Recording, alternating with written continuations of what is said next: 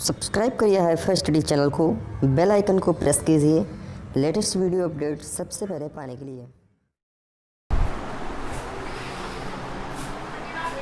Hello friends, welcome back hifi study changing the way of education.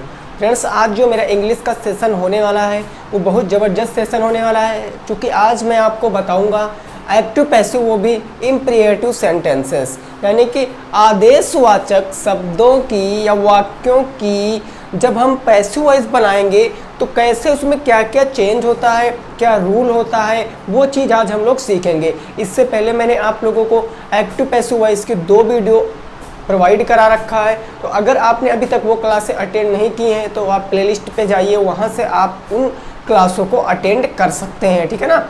तो आज जो मेरा टॉपिक होगा वो एक्टिव पैसिव की क्लास नंबर 3 होगी, जिसमें मैं आपको बताऊंगा इम्परेटिव सेंटेंस। इम्परेटिव सेंटेंस की पैसिव वॉइस कैसे बनाते हैं, ठीक है ना। पहले ये समझ लीजिए, देखिए क्लास स्टार्ट कर रहे हैं, पहले आप ये समझ लीजिए कि ये हमारा इम्परेटिव सेंटेंसेस होता क्या है। इम्परेटिव सेंटेंस को हम लोग हिंदी में क्या कहते हैं, तो हिंदी में कहते हैं आदेश सूचक वाक्य। आदेश सूचक वाक्य, इम्परेटिव सेंटेंस। ये मैंने आपको सेंटेंस वाली क्लास में बताया था, वो उस वीडियो को आप लोगों ने बहुत प्यार किया है, वो वीडियो आज 50 के पहुंच चुकी है, ठीक है ना। अभी आपको ज़्यादा से ज़्यादा 2 वीक हुए होंगे, मैंने आपको सेंटेंस वाली क्लास में ये बताया था कि इम्परेटिव सेंटेंस क्या होते हैं। अगर वो आपका क्लियर है तब आपको यहाँ बहुत अच्छे से समझ में आने वाला है, ठीक है ना। आदेश सूचक वाक्य कैसे होते, देखिए इन वाक्यों में एक चीज़ तो हम क्या करते हैं, किसी को आदेश देते हैं, किसी को सलाह देते हैं, और या फिर हम किसी को क्या करते हैं, आदेश देते हैं, सलाह देते हैं, या फिर किसी से हम लोग विनती करते हैं या किसी को विश करते हैं। आदेश मतलब हम क्या होता है माय डियर, तो आदेश मतलब हम किसी को ऑर्डर देते हैं। जैसे मैं कहूँ गो देयर, मैंने कहा गो देयर, मैंने कहा ओपन द डोर, मैंने कहा रीड योर बुक। तो ये सब हमारा क्या होगा, ये सब हमारे ऑर्डर होते हैं। अगर मैं बात को सलाह की तो मैं किसी को एडवाइस दे सकता हूँ, वो भी हमारा आदेश सूचक वाक्य होता है। मैं विनती, यानी कि मैं किसी से क्या कर सकता हूँ, रिक्वेस्ट कर सकता हूँ, वो भी हमारी क्या होगा, आदेश सूचक वाक्य होते हैं। आदेश सूचक वाक्य डायरेक्ट इनडायरेक्ट में हम लोग क्या करते थे, ऑर्डर्ड, रिक्वेस्टेड, एडवाइज्ड, सजेस्ट, विशेड, इसमें चेंज करते थे। लेकिन यहाँ पर ऐसा कुछ भी होने वाला नहीं है। तो क्या होगा वो चीज़ आप सुनिए, मैं आपके समक्ष कुछ एग्जाम्पल रख रहा हूँ। पहला एग्जाम्पल जैसे मैंने कह दिया, ओपन द डोर, ये मेरा पहला एग्जाम्पल है। दूसरा एग्जाम्पल मैंने कह दिया डू इट। तीसरा एग्जाम्पल मैंने कह दिया यू डू इट।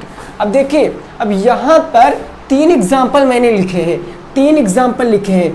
तो आप लोग जनरली देखोगे क्या कि हमारे जो इम्परेटिव सेंटेंस होते हैं वो हमेशा वर्ब से शुरू होंगे और लास्ट में कोई मेरा एक ऑब्जेक्ट आता है। ये हमारे वर्ब से शुरू होते हैं और लास्ट में कोई हमारा ऑब्जेक्ट आता है। इम्परेटिव सेंटेंसेस में सब्जेक्ट हमारा छुपा हुआ होता है। अब देखिए इम्परेटिव सेंटेंस, जैसे मैंने कह दिया ओपन मतलब क्या होता है, खोलना या खोलो, यही तो होता है, खोलना या खोलो। तो ओपन, खोलना, एक क्या है, वर्ब है, तो इसकी शुरुआत वर्ब से हुई है, अर्थात ये हमारा एक इम्परेटिव सेंटेंसेस है। दूसरा मैंने कह दिया डू इट, करो, इसे करो, मैंने कहा इसे करो, तो डू माने होता है करना, जो कि मेरा एक वर्ब है, तो इसकी भी शुरुआत हमारी वर्ब से हुई है। अगला मैं बात करूँ यू डू इट, अब देखिए इसका मतलब होता है तुम इसे करो। अब यहाँ पर अगर आप यू नहीं लगाओगे तब भी ये सही है, लेकिन अगर आप यू लगा दोगे तब भी ये मेरा एक इम्परेटिव सेंटेंस होगा। क्यों होगा, क्योंकि होता क्या है कि इम्परेटिव सेंटेंस में हम यू लगा सकते हैं पहले, क्योंकि हम किसी को अगर आदेश देंगे, किसी को सलाह देंगे तो अपने सामने वाले को देंगे, यानी सेकंड पर्सन को देंगे, तो इसलिए मैं वहाँ पर यू लगा सकता हूँ, ठीक है ना। अब यहाँ पर अगर बात करूँ डू, अगर मैं डू के पहले यू लगा दूंगा तो कोई दिक्कत नहीं, बाद में जाएगा तो बाई यू में लिख जाएगा बस। अगर लिखा मिलेगा तो ठीक है, नहीं लिखा मिलेगा तो कोई बात नहीं है, ठीक है ना। तो जनरली हमारा जो फार्मूला होता है वो ऐसे होता है, ठीक है ना। कैसे होता है, ऐसे, वर्ब प्लस ऑब्जेक्ट, ये होता है मेरा इंपरेटिव सेंटेंस का फार्मूला। और यही फार्मूला हमारा क्या होता है, एक्टिव वॉइस का होता है। एक्टिव वॉइस का यही फार्मूला होता है कि जो शब्द, जो सेंटेंस वर्ब से यानी क्रिया से शुरू होते हैं, अब वे हमारे इंपरेटिव सेंटेंस होते हैं। अगर आपको क्रिया नहीं पता है तो क्रिया वाली क्लास में मैंने आपको बताया था, वर्ब वाली क्लास में वर्ब क्या होता है, तो verb is a action. Verb क्या है, हमारी एक एक्शन है, क्रिया है, जो कार्य सेंटेंस में हो रहा होता है वही क्रिया होता है। अगर पहले मैं बात करूं तो दरवाजा को खोलने का काम हो रहा है, दूसरा बात करूं मैं तो इसे करने का काम हो रहा, तीसरा तुम्हारे द्वारा इसे करने का काम हो रहा है। तो ये सब हमारे होते हैं इंपरेटिव सेंटेंस। ऑब्जेक्ट तो आपको पता ही है जिसके ऊपर काम होता है। अब ये आप समझ गए हैं तो आप समझ लीजिए कि इसका पैसिव वॉइस का रूल हमारा क्या होता है, ठीक है ना। इतना समझ गए हो सब लोग, ओके। देखिए अब आप लोग एक्टिव का फार्मूला समझ चुके हो कि एक्टिव वॉइस का फार्मूला क्या होता है। अब बात करेंगे पैसिव वॉइस का फार्मूला, ये कैसे हम इंपरेटिव सेंटेंस की पैसिव वॉइस बनाएंगे। देखिए इसी टाइप के सेंटेंस, सबसे ज़्यादा इंपरेटिव सेंटेंस की ही पैसिव वॉइस एग्जाम में देखने को मिलती है, ठीक है ना। एग्जाम में सबसे ज़्यादा यही देखने को मिलती है। अगर मैं बात करूँ एक्टिव वॉइस, एक्टिव वॉइस का मेरा रूल क्या होता है, तो एक्टिव वॉइस का रूल होता है verb plus object, verb plus object, ये मेरा एक्टिव वॉइस का रूल होता है। अगर पैसिव वॉइस का इसका रूल बनाएंगे तब क्या करते हैं, समझना क्या करते हैं, कुछ नहीं करते। सबसे पहले हम लोग लेट लगाते हैं, क्या लगाते हैं, लेट लगाते हैं। उसके बाद हम क्या करते हैं, ऑब्जेक्ट रखते हैं, ऑब्जेक्ट रखते हैं, लेट लगाते हैं, ऑब्जेक्ट रखते हैं, प्लस हम लोग बी लगा देते हैं। लेट फिर ऑब्जेक्ट फिर बी, और लास्ट में मेन वर्ब की हम लोग थर्ड फॉर्म लगाएंगे, लास्ट में मेन वर्ब की थर्ड फॉर्म लगाएंगे। और याद रखना यहाँ पर अगर कहीं पर आपको यू लिखा मिल जाएगा, कहीं पर आपको यू लिखा मिल जाएगा तो बाद में उसको बाई यू भी लगा देंगे, बाई यू भी लगा देंगे। अभी सेंटेंस बताऊंगा तब और अच्छे से समझ में आएगा। ये अक्सर लिखा कम मिलता है, लेकिन फिर भी अगर आपको मिल जा रहा है तब आप मेन वर्ब के थर्ड फॉर्म के बाद बाई यू लगा देना, और क्लियरली आपका सेंटेंस 100% समझ में आएगा और आप श्योर करेक्ट करके आओगे, ठीक है ना। मैंने क्या बताया कि ये अभी आप ना लिखिए, केवल आप ये समझ लीजिए बस। सबसे पहले आपको लेट लगाना है, लेट के बाद आपको ऑब्जेक्ट लगाना है, ऑब्जेक्ट के बाद आपको बी लगाना है, और बी के बाद आपको वर्ब की थर्ड फॉर्म लगाना। चूंकि ये मेरा पैसिव वॉइस है और पैसिव वॉइस में हमेशा वर्ब की थर्ड फॉर्म लगती है। अब कुछ लोगों का यहाँ पर डाउट होगा कि सर अगर मेरा एक्टिव टेंस ही लेट से शुरुआत होता है या लेट से ही उसकी शुरुआत होती है तब हम उसको कैसे बनाते हैं, या कभी बीच में लेट आ जाता है तब उसको कैसे बनाते हैं, तब मैं आपको बताऊंगा। आप लोग कहीं पर जा रहे हैं, ठीक है ना। तो इतना क्लियर हो गया ना सभी लोगों को। आप लोग इसका क्या करिए, स्क्रीनशॉट ले लीजिए, फिर एग्जाम्पल लिख रहा हूं उससे आपको और अच्छे से समझ में आ जाएगा। आप लोग मेरे दोस्त इसका स्क्रीनशॉट ले सकते हो, ठीक है। चलिए अब एग्जाम्पल मैं लिखता हूं, उसको करने का प्रयास करना। देखिए बहुत आसान है भाई, लेकिन कंफ्यूजन बहुत रहती है। ये बहुत आसान होता है बट कंफ्यूजन लोगों को बहुत रहती है कि सर अब इस पर हम कैसे करें। अगर मैं पहला एग्जाम्पल बता रहा हूँ, एग्जाम्पल नंबर 1 मैं आपके समक्ष रख रहा हूँ। मैंने कह दिया डू इट, और यहाँ पर मैंने फुल स्टॉप लगा दिया। अब कहा इसकी पैसिव वॉइस बनाओ, देखिए आपको चलना, आपको समझना क्या है। अब आप देखो यहाँ पर डू जो कि क्या जनरली मेरी एक ये मेन वर्ब है, और मेन वर्ब से शुरुआत हुई है तो यह हमारा एक इंपरेटिव सेंटेंसेस होता है। और इंपरेटिव सेंटेंस का रूल क्या कहता है कि सबसे पहले क्या लगाएंगे, लेट लगाएंगे। तब इसके हम अगर पैसिव वॉइस बनाने जाएंगे तो सबसे पहले हम लेट लगा देंगे। क्लियरली समझ में आ रहा, लेट, और लेट के बाद ऑब्जेक्ट क्या है मेरा, इट, इसे करो। क्या कह रहा है, करो तो, लेकिन किसे करो, इसे करो। तो इसे मेरा ऑब्जेक्ट, क्योंकि जिस पर काम होता है वही ऑब्जेक्ट, तो इट लगा देंगे। लेट इट हो गया, क्लियर। अब बी आएगा तब बी लगा देंगे, लेट इट बी। उसके बाद डू के थर्ड फॉर्म, वर्ब की थर्ड फॉर्म क्या होती है, डन। क्लियर हो गया, बन गया, लेट इट बी डन। तो ये हमारा बन गया, ठीक है ना। अच्छा अगला एग्जाम्पल, जैसे मैं 2 नंबर एग्जाम्पल कह दूं, मैंने कह दिया ओपन द डोर। अब इसको आप बनाओगे, कैसे बनाओगे समझो। मैं बात करूं ओपन क्या मेन वर्ब है, और द डोर क्या है मेरा दरवाजा। भाई दरवाजा को खोलने का काम हो रहा, काम दरवाजे पे हो रहा, तो दरवाजा इज ऑब्जेक्ट। ऑब्जेक्ट को पहले आएंगे लेकिन उससे पहले लेट लगाना पड़ता है, तो हम लगा देंगे यहाँ पर लेट। लेट हो गया। द डोर आएगा, let the door. The door let object, उसके बाद बी आता है, तब यहाँ पर बी आ गया। और ओपन की थर्ड फॉर्म ओपेंड होती है, तब यहाँ पर मैंने ओपेंड लगा दिया। क्या लगा दिया? ओपेंड लगा दिया। बोलिए माय डियर, कोई डाउट है आपको? कोई डाउट है? बस एक चीज समझ कर चलना है आपको, एक चीज समझ। चलिए मैं इस तरफ साइड में लिख देता हूँ फार्मूला, कि मेरा पैसिव वॉइस का फार्मूला क्या होता है। तो सबसे पहले लेट आएगा, उसके बाद आपका ऑब्जेक्ट आएगा, फिर बी आएगा, और फिर मेन वर्ब की थर्ड फॉर्म आती है। मेन वर्ब की थर्ड फॉर्म आती है। ये होता है तुम्हारा पैसिव वॉइस का फार्मूला। ये समझ गए कि नहीं समझ गए? ठीक है, अब कुछ सेंटेंस लिख रहे हैं, उसको आप करके फटाफट से बता दीजिए। उसको आप करके फटाफट से बताना है। नोट्स आप लोग अच्छे से बनाना। ऐसे जो हमारे सेंटेंस होते हैं ये बड़े एग्जामों में भी पूछ लिया जाता है, जरूरी नहीं है, ये बड़े एग्जामों में भी पूछ लिया जाता है। जैसे मैं कहूँ ask him right now, ask him right now. तीसरा एग्जाम्पल मैंने कह दिया आस्क हिम राइट नाउ, ये एग्जाम्पल कह दिया। और 4 नंबर एग्जाम्पल कह दिया मैंने, आप लोग करके बताना।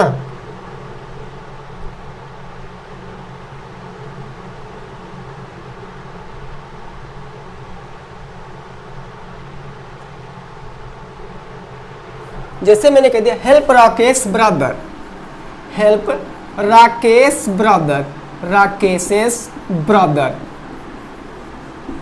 ये आप लोग बताइए, ठीक है ना। 5 नंबर जैसे मैंने कह दिया, लास्ट सेंटेंस होगा इस टाइप का मेरा। मैंने कह दिया repair your mobile, repair your mobile, repair your mobile. अब यहां पर बनाइए। अब इन सेंटेंसों को आपको पैसिव वॉइस बनाना है। फटाफट से बताइए, फटाफट से बताइए। इसकी पैसिव वॉइस क्या हो जाएगी? सभी लोग बताने का प्रयास करेंगे, सभी लोग बताने का प्रयास करेंगे। पहला हमारा आस्क हिम राइट नाउ, और तीसरा हमारा हेल्प राकेश ब्रदर, चौथा हमारा रिपेयर योर मोबाइल। ठीक है ना। चलिए देखते हैं। हमको पता सबसे पहले क्या आएगा? लेट आएगा, तब मैंने यहाँ पर लेट लगा दिया। कोई डाउट है इतने में? नहीं है। लेट के बाद ऑब्जेक्ट आएगा। ऑब्जेक्ट क्या है मेरा? आस्क हिम, पूछो, तो यहाँ पर क्या? हिम आ जाएगा। ये मेरा ऑब्जेक्ट है, तो मैंने यहाँ पर हिम लगा दिया। ऑब्जेक्ट के बाद बी आएगा, वहां पर लिखा है तो मैंने बी लगा दिया। अब मेन वर्ब की थर्ड फॉर्म आएगी, तो मेन वर्ब की थर्ड फॉर्म क्या है? आस्क, तो आस्क की थर्ड फॉर्म आस्क्ड होती है। अब क्या बचा? Right now. क्या बचा? Right now. तो इसको ऐसे लिख देंगे राइट नाउ, राइट नाउ। अब यहां पर अगर आपने नाउ को देम में चेंज कर दिया है तब गलत हो जाएगा, क्योंकि नाउ देम में इनडायरेक्ट स्पीच में चेंज होता है, ना कि पैसिव वॉइस में। क्लियरली समझ में आ रहा है? ठीक है। अगला मैंने कहा हेल्प राकेश ब्रदर, सहायता करिए किसकी? राकेश ब्रदर की। तो Rakesh brother is a object, तो राकेश ब्रदर मेरा क्या? ऑब्जेक्ट है। तो सबसे पहले मैं लगा दूंगा लेट। क्लियर। लेट के बाद ऑब्जेक्ट क्या आएगा? राकेशेस ब्रदर, राकेशेस ब्रदर, ये आ गया राकेशेस ब्रदर। उसके बाद बी लगेगा, जैसा कि रूल कह रहा है, तब मैं यहां पर लगाऊंगा बी। लेट राकेशेस ब्रदर बी, उसके बाद वर्ब की थर्ड फॉर्म हेल्प, तो हेल्प की थर्ड फॉर्म हेल्प्ड होती है। बन गया। ठीक है ना। अगला है मेरा repair your mobile, repair your mobile. तो सबसे पहले हम लेट लगाएंगे, तो मैं यहाँ पर लेट लगा लेता हूँ। ऑब्जेक्ट क्या है? योर मोबाइल, तुम्हारा फोन, तो यहाँ पर मैं लिखूंगा your mobile, your mobile, let your mobile. उसके बाद मेरा क्या है? बी आएगा, तो मैं यहाँ पर बी लिखे दे रहा हूँ। उसके बाद रिपेयर की थर्ड फॉर्म रिपेयर्ड आती है, तो मैं यहाँ पर रिपेयर्ड लिखे ले रहा हूँ। समझ में आ रहा है कि नहीं आ रहा? केवल क्या करना है? इंपरेटिव सेंटेंस, इंपरेटिव सेंटेंस जो मेरे जनरली हेल्पिंग वर्ब से मेन वर्ब से शुरू होते हैं उनमें क्या करते हैं, सबसे पहले तो हम लेट लगाते हैं, उसके बाद ऑब्जेक्ट लगाते हैं, ऑब्जेक्ट के जस्ट बाद बी लगाते हैं, उसके बाद मेन वर्ब की थर्ड फॉर्म लगाते हैं। अगर एक्टिव वॉइस में मेरा यू दिया गया है तो यू को बाई यू लास्ट में कर देते हैं। ठीक है ना, समझ में आ रहा कि नहीं आ रहा? आप लोग नोट कर सकते हो। फिर अगले हम लोग सेंटेंसेस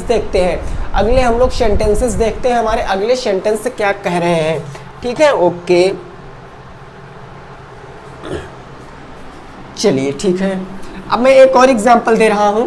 अब मैं कुछ यहाँ पर एग्जांपल लिख रहा हूं, उसको आपको करके बताना है, ठीक है ना। देखिए समझ कर चलना है माय डियर, कुछ नहीं होता है ऐसे सेंटेंसों में। मैंने कहा रीड द बुक, दूसरा मैंने कह दिया गो देयर, तीसरा मैंने कह दिया कम हेयर। तीनों की पैसिव वॉइस बनाओ। ये आपके एक एक्टिव वॉइस सेंटेंस हैं, इनको आपको पैसिव वॉइस बना के बताना है। पैसिव वॉइस बना के बताइए, जल्दी से भाई बताइए। सभी साथी फटाक से बता दीजिए इसकी पैसिव वॉइस कितनी हो जाएगी, क्या हो जाएगी।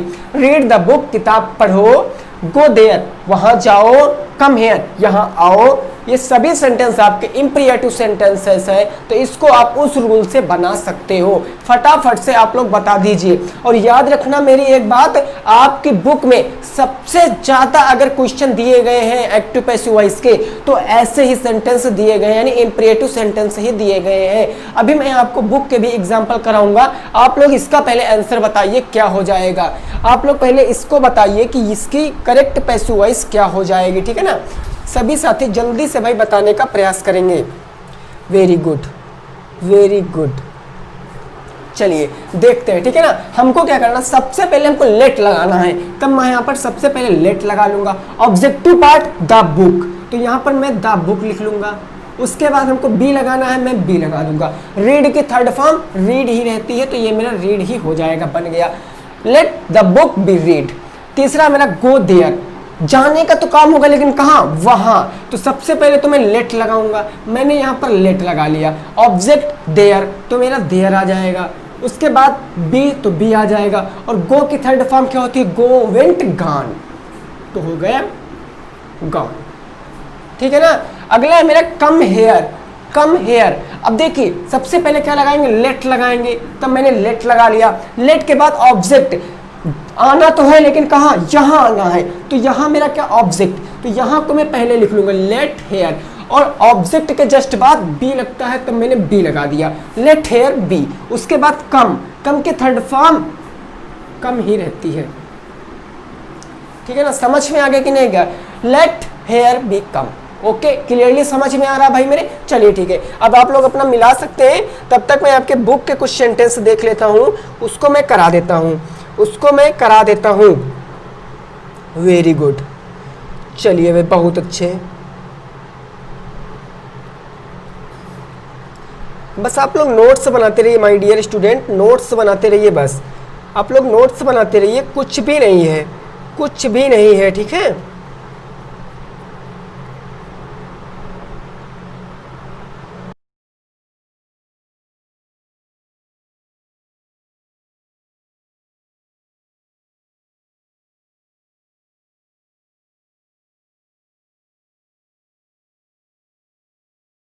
Mind your own business. अब बताइए, माइंड योर ओन बिजनेस, फटाफट बता दीजिए भाई, फटाफट बता दीजिए।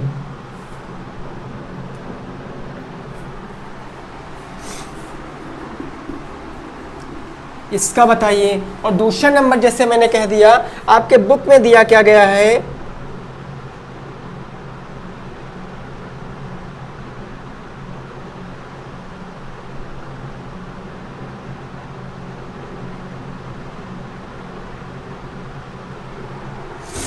चलिए ठीक है, फटाफट से बता दीजिए।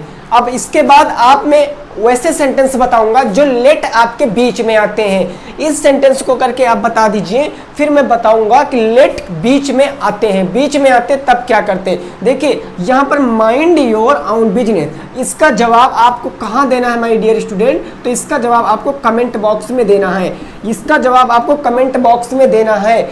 इसकी पैसिव वॉइस बना के आपको बताना बहुत आसान है। अभी मैंने आपको बताया कुछ नहीं करना है, आपको उस फार्मूले से बना देना है बस, ठीक है ना, उस फार्मूले से आपको बता देना है बस, ठीक है ना। समझ गए कि नहीं समझ गए? ओके। अब देखिए मैं बताऊंगा कि अगर आपका लेट बीच में आता है तब क्या करते हैं, अगर आपका लेट बीच में आता है तब क्या करेंगे वो चीज़ समझिए। अब इस फार्मूले का काम खत्म हो गया, अब आप इतना सीख चुके हो।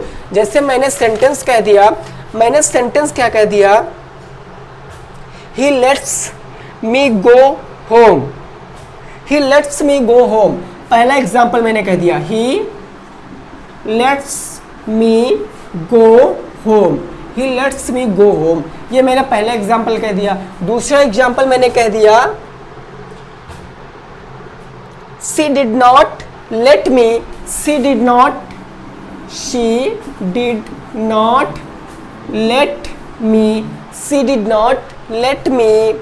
उसके बाद है read the book, read the book, read the book. अब इसकी पैसिव वॉइस आपको कैसे बनाना पड़ेगा, जब लेट आपका बीच में आ जाएगा तब इसकी पैसिव वॉइस आपको कैसे बनाना है, ये चीज आप लोग समझिए क्या करना पड़ता है। रूल आपका पहला वाला ही रहेगा। अभी मैं एग्जांपल बताऊंगा, आप और अच्छे से समझ पाओगे। मैं बात करूं इसमें सब्जेक्ट क्या है, तो सब्जेक्ट आपका ही है, चलिए ही मैंने लिख लिया, ठीक है ना। उसके बाद ऑब्जेक्ट क्या है, मी है, तो मी मैंने ऑब्जेक्ट लिख लिया, क्योंकि कहा जा रहा है ही लेट्स मी गो होम, यानी कि मी क्या है, मेरा ऑब्जेक्ट है, और हमको ऑब्जेक्ट को सबसे पहले लाना है, ऑब्जेक्ट को सबसे पहले लाना है। तो मी ऑब्जेक्ट में मी रहता है, लेकिन जब ऑब्जेक्ट आके सब्जेक्ट बन जाता है तब क्या बन जाएगा, आई बन जाएगा। क्या बन जाएगा, आई बन जाएगा। अब एक बात समझिए जरा, एक बात देखिए, इसका कोई रूल नहीं होता है, आपको इसको समझना पड़ेगा कैसे बनता है बस। ये मेरा एक कैसा सेंटेंस है, तो ये मेरा प्रेजेंट इंडेफिनिट टेंस है, प्रेजेंट इंडेफिनिट टेंस है। क्यों है, क्योंकि लेट के साथ एस लगा है, लेट के साथ एस लगा, लेट्स है ना, तो लेट्स मेन वर्ब में एस या एस कहाँ लगता है, तो मेन वर्ब में एस या एस आपका जो लगता है वो प्रेजेंट इंडेफिनिट टेंस के अफर्मेटिव सेंटेंस में लगता है। और प्रेजेंट इंडेफिनिट काहे में चेंज होता है ये आप लोग जानते हो, तो वो होता है डू डज, किसी क्या होता है, डू डज। और डू डज किस में चेंज होता है, तो डू डज चेंज होता है आपका इज, एम, आर में। आई के साथ किसका प्रयोग करेंगे, एम का प्रयोग करेंगे, तो हो जाएगा आई एम। अब क्या करना आपको, आप समझना, अब ऐसे सेंटेंसों में आपको मेन वर्ब पता क्या होती है, मेन वर्ब आपकी हमेशा लेट होगी, मेन वर्ब हमेशा आपकी लेट होगी। समझना मैं क्या कहने की कोशिश कर रहा हूं, अगर किसी सेंटेंस में लेट अगर बीच में आ रहा है तो लेट को हम उसकी मेन वर्ब मानेंगे, ना कि किसी और वर्ब को। अगर मैं आपसे यहाँ क्वेश्चन करूं कि वर्ब क्या है, तब बहुत से लोग कह सकते हैं सर गो मतलब जाना, ये मेरा एक वर्ब है, जो कि रॉन्ग आंसर हो जाता है। यहाँ पर लेट हो जाती है इसकी मेन वर्ब, क्या हो जाती है, लेट हो जाती है इसकी मेन वर्ब, ठीक है ना। तो मेन वर्ब की हमेशा पैसिव वॉइस में कौन सी फॉर्म लगाते हैं, थर्ड फॉर्म लगाते हैं। तो लेट की थर्ड फॉर्म लेट ही रहती है, तब यहाँ पर लेट मैंने लगा दिया, I am let, I am let. लेकिन आप समझो, अब जैसे ही आप लेट की थर्ड फॉर्म लगा दोगे, जैसे ही आप लेट की थर्ड फॉर्म लगा दोगे, उसके जस्ट बाद आपको जो ऑब्जेक्टिव केस में मेन वर्ब है उसकी फर्स्ट फॉर्म लगानी पड़ेगी। ऑब्जेक्टिव केस में मेन वर्ब क्या है, गो, तो इसकी हम लोग फर्स्ट फॉर्म लगा देंगे गो, आई एम लेट गो। और कहाँ गो, होम, गो होम। अब ये जो मेरा सब्जेक्ट है ये जाएगा बाद में, तो बाई के साथ किस में लग जाएगा, ही किस में चेंज होता है, हिम में चेंज होता है, तो हिम में मैंने लिख दिया। समझ में आया मैंने क्या बताया, मैंने बताया अगर किसी सेंटेंस में लेट बीच में आ रहा है, किसी सेंटेंस में लेट बीच में आ रहा है, किसी सेंटेंस में, तो क्या करते हैं, तब क्या करते हैं भैया, अगर किसी सेंटेंस में लेट बीच में आ रहा है तब क्या करते हैं, इस लेट को हमको क्या मानते हैं, इसको जनरली हम लोग मेन वर्ब मानते हैं, लेट की जनरली मेन वर्ब मानेंगे। अभी देखिए नीचे वाला सेंटेंस कराएंगे और अच्छे से समझ में आ जाएगा। सेंटेंस लिखा, she did not let me read the book, she did not let me read the book. अब यहाँ पर देखिए, यहाँ पर डिड आ गया, और डिड आ गया तो इससे ये मेरा कौन सा टेंस बन गया, ये मेरा बन गया past indefinite tense. Past indefinite tense बन गया कि नहीं बन गया। पास्ट इंडेफिनिट टेंस की हेल्पिंग वर्ब डिड होती है। डिड किस में चेंज होती है, वाज या वर में, ये आप लोग जानते हो। ऑब्जेक्ट क्या है, ऑब्जेक्ट मी है, और मी जब ऑब्जेक्ट मी है वो सब्जेक्ट में आएगा तो किस में चेंज होता है, आई में। आई के साथ वाज लगाएं या वर लगाएं, तो आई के साथ हमेशा क्या लगता है, वाज लगता है। चूंकि यहाँ पर नॉट है तो नॉट लगा देंगे, क्योंकि हेल्पिंग वर्ब के जस्ट बाद नॉट लगती है। ये मैंने आपको नेगेटिव वाली क्लास में बताया था, आई वाज नॉट। अब हमको लेट, अब लेट की थर्ड फॉर्म लेट ही रहती है, तो मैं इसको लेट ही लिख दूंगा। लेट की थर्ड फॉर्म लेट रहती है, लेट लेट लेट, लेट की थर्ड फॉर्म लेट ही। I was not let. अब जैसे ही आप लेट लिख दोगे तो ऑब्जेक्टिव केस में जो मेन वर्ब है उसकी फर्स्ट फॉर्म, ऑब्जेक्टिव में क्या है मेन वर्ब, रीड, तो रीड मैंने यहाँ पर फर्स्ट फॉर्म लिख दिया, रीड। क्या रीड, द बुक, तो read the book, read the book. अब ये जो आपका सब्जेक्ट है, सब्जेक्ट ये ऑब्जेक्ट में जाएगा तो बी के साथ चेंज हो जाएगा। सी किस में बन जाता है, हर में, तो बाई क्या हो जाएगा, हर हो जाएगा, भाई हर हो जाएगा। समझ में आया माय डियर स्टूडेंट, समझ में आया। मैंने आपको क्या बताया आप लोग समझ लीजिए। मैंने आपसे क्या कहा है, मैंने कहा है कि जब कभी सेंटेंस के बीच में क्या आएगा, लेट आएगा, लेट आएगा तो वही हमारी मेन वर्ब होगी, मुख्य क्रिया हमारी क्या होगी, वही हो जाएगी भैया। किसी और सेंटेंस में ऐसा नहीं होता है। जब लेट आएगा तब वही हमारी मुख्य क्रिया हो जाएगी, उसको इस फॉर्म से बना देते हैं। दो और एग्जाम्पल लिखता हूं, उसको आप और बताने का प्रयास करेंगे, ठीक है ना। चलिए ठीक है, दो और एग्जाम्पल लिखता हूं। जैसे मैंने कह दिया, चलिए इसको पहले मैं साफ कर देता हूं, पहले आप लोग बनाने का प्रयास करना, फिर मैं आपको बताऊंगा, ठीक है ना। आशा करते हैं आपको समझ में आया होगा। और याद रखना, इन्हीं टाइप के सेंटेंसों से सबसे ज्यादा क्वेश्चन पेपर में निकलते हैं, इसी टाइप के सेंटेंसों से। जैसे मैंने कह दिया, you should let him do it, you should let him do it, you should let him do it. ये मेरा पहला एग्जाम्पल, ठीक है ना। और दूसरा मैंने कह दिया, दूसरा क्या कहा गया है, आई विल नॉट लेट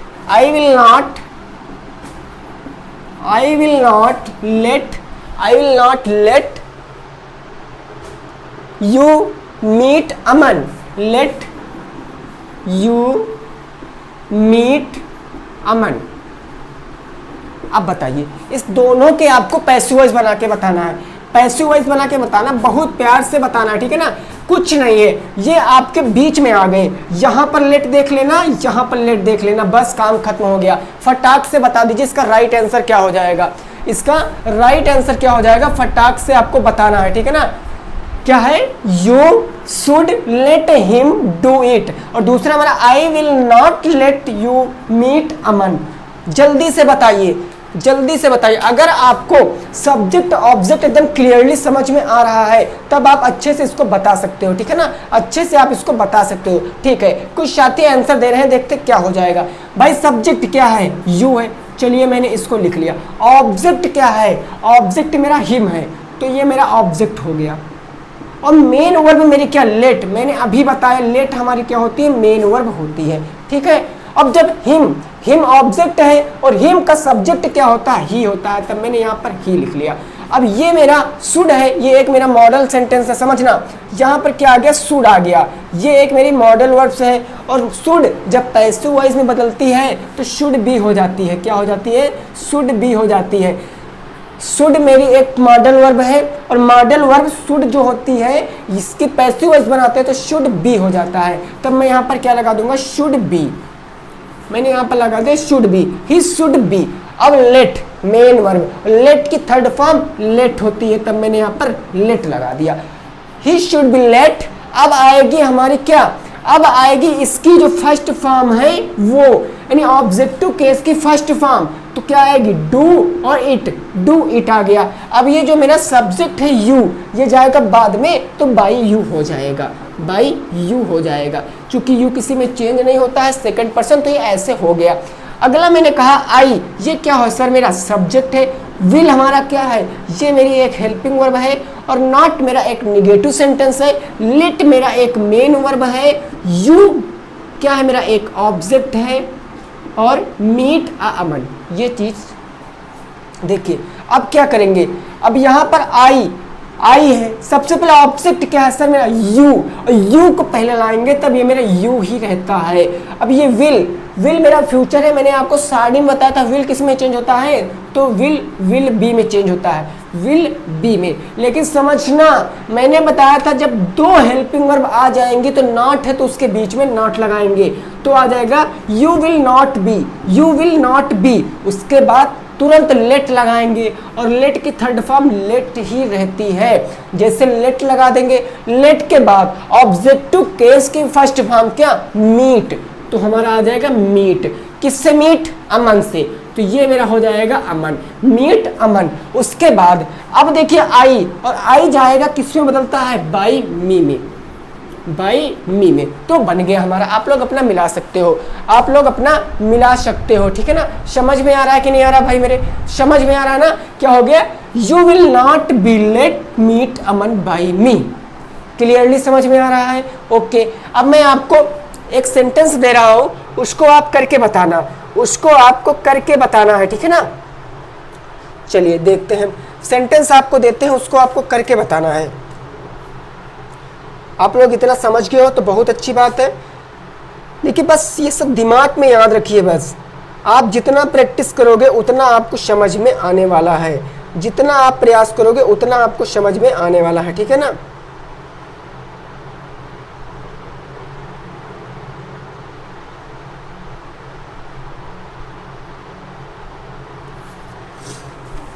अब जैसे मैंने कह दिया